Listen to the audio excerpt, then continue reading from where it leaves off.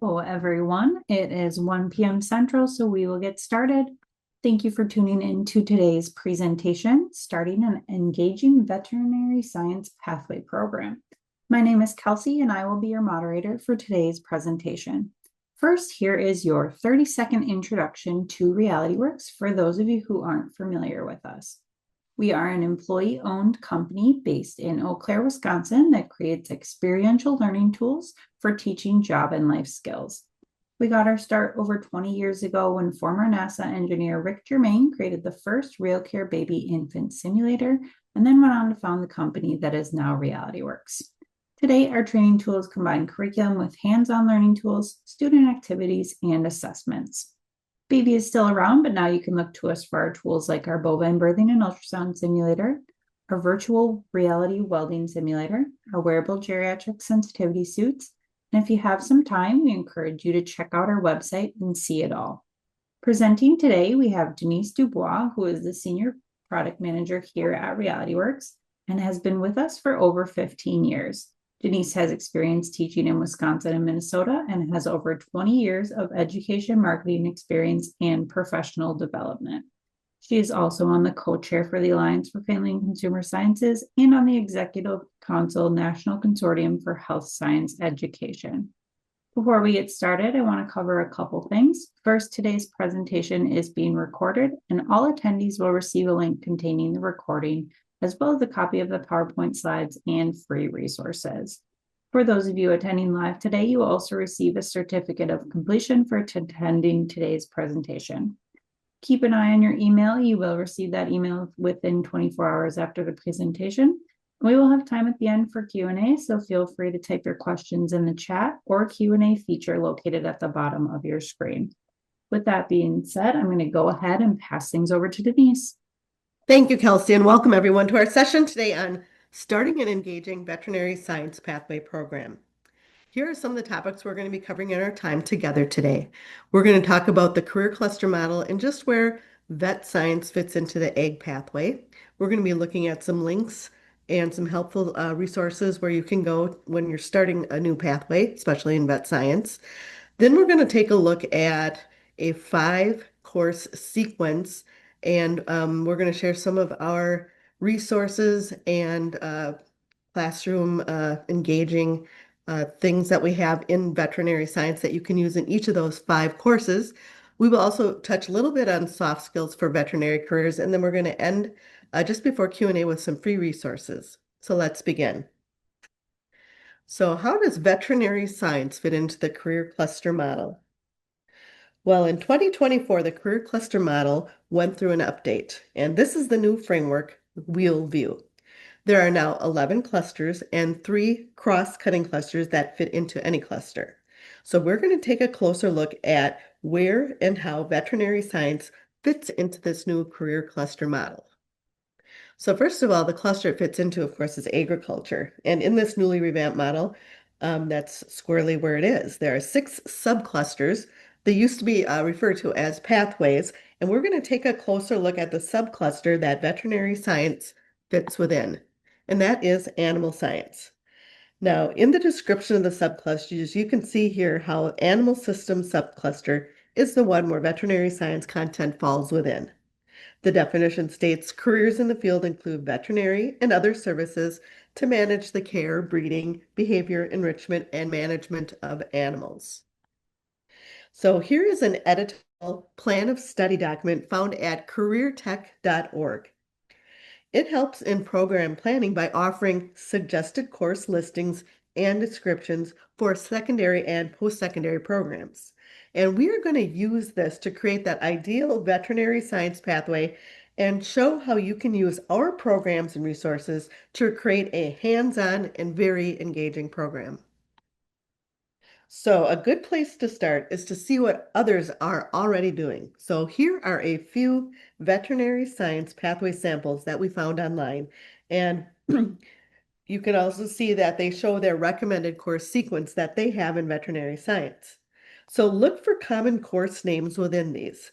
And we've done so, and there are 5 that we're going to highlight today with the resources that we have available. And the 5 that we've picked out as kind of the The similar course sequence across all of them are small animal management, equine science, advanced animal science, veterinary medical applications, and practicum in veterinary medical applications. Now, looking at for good sources of information when developing a pathway, a good place to start is your national standards. So the first link that you see is the National Council for Agriculture Education. And state leaders and local educators are encouraged to use the standards as a guide for the development of a well-planned curriculum and assessments for AFNR related CTE programs. And the standards that you'll find at this link are intended to help shape the design of all components of an agricultural education program, including veterinary science. Now, the second link that we're sending you to is the National FFA organization. Through career and leadership development events, participating FFA members in grades 7 to 12 are challenged to develop critical thinking skills and effective decision-making skills, fosters teamwork, and promote communication, all while recognizing the value of ethical competition and individual achievement. And events like this through this organization occur at the local, state, and national levels. And it's really helpful if you look at the veterinary science CDE document. It gives you a list of skills to review and information for that competitive event. So you can see how you're teaching to that as well. And then the third link that we are providing is a convenient place to go to look into state-specific requirements to become a veterinary tech professional. Now, we know industry recognized credentials are kind of the gold standard for CTE programs, and there are many, many lists of IRCs available by state and even by cluster if you search. So we've done some searching and we've pulled out a few that you may want to consider for a veterinary science pathway. We saw these on some of the state lists at the high school level, and we thought that that would be very helpful. So the first one is Fundamentals of Animal Science Certification, and you can see the certifying entity, Elanco. The third on the list is Animal CPR and First Aid Certification, and that's a great one to go after in vet science programs. The fourth one is Animal Science a Special Certification, and that came from an AEST at that link. And then there are also several different vendors that we saw on lists. One is NACD. They have an Animal Systems Certificate, and then UScience has a specific veterinary science or veterinary assistant 1 and 2. So those are just a few that we have pulled out of some of the high school IRC lists at the state level. So as you're putting together your courses, those also may be very, very helpful things to go and take a look at. So the first course in our pathway is our small animal management. And here's a brief description for that course. Students enhance knowledge and skills related to animal systems, including career opportunities, entry requirements, and industry expectations. Suggested small animals which could be included in such a course of study include, but aren't limited to, small mammals, dogs, cats, amphibians, reptiles, birds, and more. So here are some hands-on learning aids that we have at Realityworks that could be very helpful and useful in a course such as this. First of all, we have our cat and our dog kit. And both of these kits offer engaging hands-on lessons in things and information such as breed identification, reproduction, feeding, and management. Students are going to have some things to interact with, including some learning aids. There's posters that you can put up for reference, comes with a complete curriculum. So by the time your students work their way through the contents of the kit, they will develop fundamental knowledge of cats and dogs. Very easy to implement. It's a great supplemental resource, either one of them, for a vet science program. And we also have feline vet trainers and canine vet trainers. And both of these trainers help vet students practice essential small animal care procedures in a very safe and controlled environment. So, for example, for our feline vet trainer, it's a male cat. It features movable limbs that you can practice proper restraint and positioning. You can do mouth and out CPR, venipuncture, injections, and catheterization. The trainer also will show a visible lung inflation when doing the CPR. And the vet trainer is similar. It's of a mid-sized male Labrador Retriever, and it has movable limbs to practice things like canine restraint, a whole variety of procedures such as venipuncture, catheterization, bladder and lymph node palpation, and both subcutaneous and intramuscular injections. So we are going to share some free activities as we go through each of these as well. And the first activity and link comes from our Canine Vet Trainer curriculum, and it's a career exploration lesson, and it's called Veterinary Charades. So you would tell your participants or students you're going to play it as an icebreaker game. They're going to need to act out common canine behaviors while their teammates try to guess what that behavior is. So you divide them into two equal groups and hand each group 3x5 cards that have some of the following terms on them. Things like panting, limping, broken leg, meeting another dog, catching a ball, eating, running, licking, that kind of thing. One person from each team then acts out the dog behavior while their teammates try to guess. There's 2 minutes per round, and you keep score on a board, and more teams can be added if you want the activity to last longer. And then the second link is a resource. It's a lecture and slide presentation on canine bladder issues. The information and notes for each slide, as well as the slides, are indicated at the links above. All right, so we're looking at some hands-on learning aids for an equine course. And our second one that we'd like to highlight today is our horse model. It is 1/6 scale representation, and it's ideal for learning all about the equine anatomy. So it offers hands-on interactive way to look at things like the muscular system and the internal structures of the horse. And just a really fun and good way to get your students doing some hands-on with anatomy. And then the third one is our horse stomach model. It offers a true-to-life detailed representation of an equine digestive system, and it would be a very educational for something like a veterinary or even zoology educators and courses. But it helps your students learn the unique digestive processes of the horse, and it showcases the internal structure of an equine stomach. Next slide. So the activity that we'd like to share from here is a horse digestive systems quiz, and that's from our horse stomach model curricula. And you could use something like that as a way to either kick off a mini lesson and see what your students already know. You could, and then go into the lesson by sharing a brief 2-minute video, such as the one that I have above here. And then again, you could also use a short digestive system quiz at the end to see what knowledge they've gained. But you can see how you can use something like this even if you don't have the anatomical model to help your students learn things about the equine anatomy.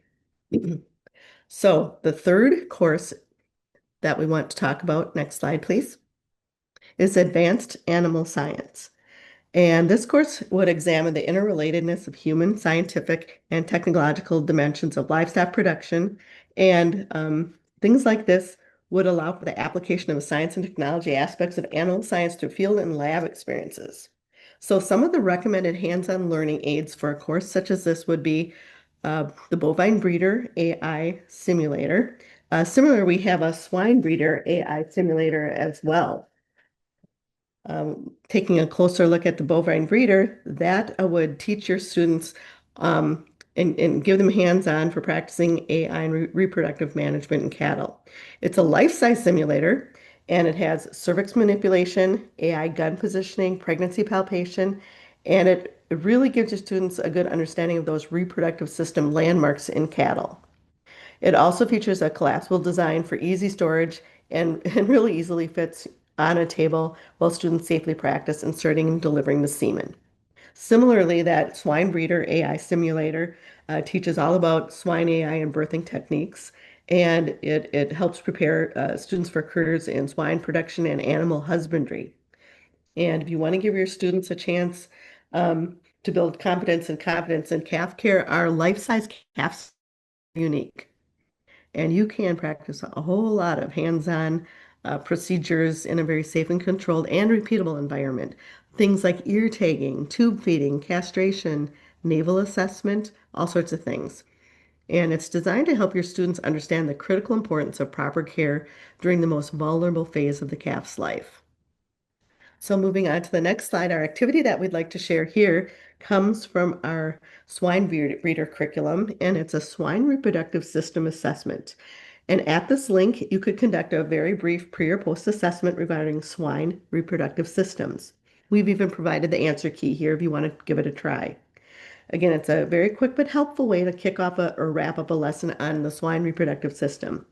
Now, the second link is a very succinct overview of the swine AI process that could also be woven in as a resource for a lesson on this topic. Now, moving on to our fourth course on veterinary medical applications. This is the fourth course in the sequence that we would recommend in a vet science pathway. So we've got some recommended hands-on learning aids that we'd like to share from Realityworks for a course like that. First of all, our canine auscultation trainer. It's a lifelike trainer, and it's used to auscultate key diagnostic sounds in canine heart, lung, and bowels. And it has pliable limbs, bendable joints, so you can position the trainer for various surgery and x-ray poses. Now, we also have a canine CPR trainer that provides a very safe, consistent, hands-on practice to that basic canine first aid where you can do mouth-to-snout CPR, chest compressions, and also tracheal intubation. You can learn those techniques on a trainer like this, learning it over and over to mastery. Students can do it in a calm, confident environment, repeatable until they feel confident. Because when you're in a real canine emergency, you need to have some muscle memory here. So this really gives your students a chance to develop those skills. We also have a bovine injection simulator. It's a hands-on um, simulator where you can teach proper cattle injection techniques. You can do things like IV administration, jugular, intermuscular, and subcutaneous injections, even ear tagging, and it maps out those key body landmarks so it ensures that your students can accurately locate those injection sites. We've also are recommending our suture kit. It helps your students learn those basic suturing techniques through repeatable practice. And then also our large injection pad is a very helpful training tool. It's a three-layer design, mimics the layers of animal tissue, skin, subcutaneous tissue, and muscle. So again, things that you can consider if you are working on developing a course such as that. The fourth activity we'd like to share today at the link is shared from our K9 CPR curriculum. And if you go to the link on page 9 at that link, there are 5 different scenarios. You could divide the class, say, into 5 small groups. You could give one scenario to each of those in the group. Then participants should be given a few minutes to discuss with their group and decide if CPR is indicated or not, and then invite the class back together and share how they've answered that scenario. We love scenario-based learning. And then the other link provides a 5-minute mini lesson on canine CPR that can be used nicely along with those CPR scenarios. Now, our fifth and final course in our veterinary pathway is practicum in veterinary medical applications.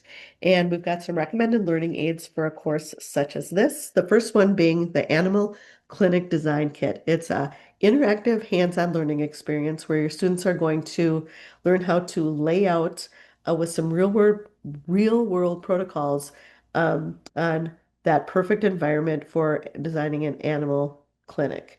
So you're gonna work in small groups of five small groups. The kit will get you to lay it out on a gridded whiteboard, and you would draw the perimeter. You could lay out and change your mind and use the scaled tiles to design the perfect space. The Canine Space Simulation Kit offers a hands-on experience for one of the most common but complex procedures in animal healthcare. So again, it's the repeatable practice to mastery. With anatomically accurate simulation, the kit allows students to be able to practice spaying techniques. They can familiarize themselves with surgical tools, learn how to handle those sensitive issues, and then develop confidence and consistency. And we also have a canine venipuncture leg. In fact, we've got large and small breed dog legs in that kit. And they can do repeated practice on those models to position it correctly and then form proper habits that will really boost their confidence when they are doing venipuncture on the real thing. We also have a canine intubation simulator, and you can perfect your canine intubation techniques again on something like that. And the process, when it's done correctly, gives you that real-time feedback. And if it's incorrect, it also gives you that. So students are able to do that repeated practice to mastery. And then last, we've got our bovine birthing and ultrasound simulator, which is extremely innovative, and it teaches your student those essential skills on birthing and ultrasound. It's safe, hands-on, and repeatable. So they get experience birthing calves and performing ultrasounds before working with live animals. They have a calf pulling practice. It includes a birthing calf model. It's a pliable neoprene material that's crafted to really replicate the weight and movement of a newly born calf. And then the ultrasound simulator portion uses sensing technology to offer 14 different ultrasound scenarios. So we have an activity we would like to share for a course such as this, and it comes from our animal clinic design kit. But even without the use of the kit, the PDF at this link includes a wealth of other links and ideas to get your students to dream and design a clinic with this hands-on activity. So uh, you can go print out the PDF, and then that's where they get to do some dreaming and brainstorming about how they would like to design their animal clinic. And then that second link is to print off some graph paper for the activity. There are many other links out there, but that's just one to save you some time. So we've mentioned a few resources along the way. Um, well, quite a few resources for teaching those harder technical veterinary science skills. But now we're going to talk just a little bit briefly about some of the soft skills and some of the resources we have available in that area. So here are just a few links identifying soft skills for veterinary professionals, and there are many different other links available out there. We just pulled a few in our research, but each link, there are some commonalities to some of the soft skills that they believe that veterinary professionals should have in order to be successful. But some of your most valuable on-the-job abilities relate to your interpersonal, behavioral, leadership, and communication skills, and those are known as those soft skills. And if you have them, they're really the key to growing a healthier and happier career.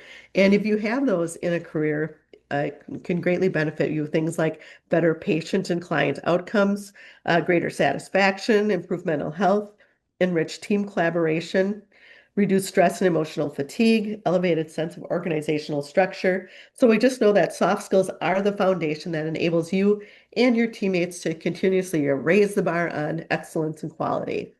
So why are those soft skills so important? Because they allow you to effectively communicate and collaborate with your colleagues, clients, and your uh, animal patients. They center around interpersonal and behavior qualities rather than those technical skills, which are focusing, of course, on those technical abilities. So we're going to share some recommended Realityworks soft skill resources that we have available. We have three different programs we would like to point out. First of all, our employability skill program is for primarily high school level. It has 20 different soft skills that are highlighted in the lessons, and it uses hands-on activities as well as real-world applications to teach students about each of those soft skills and how to practice them and learn more about them.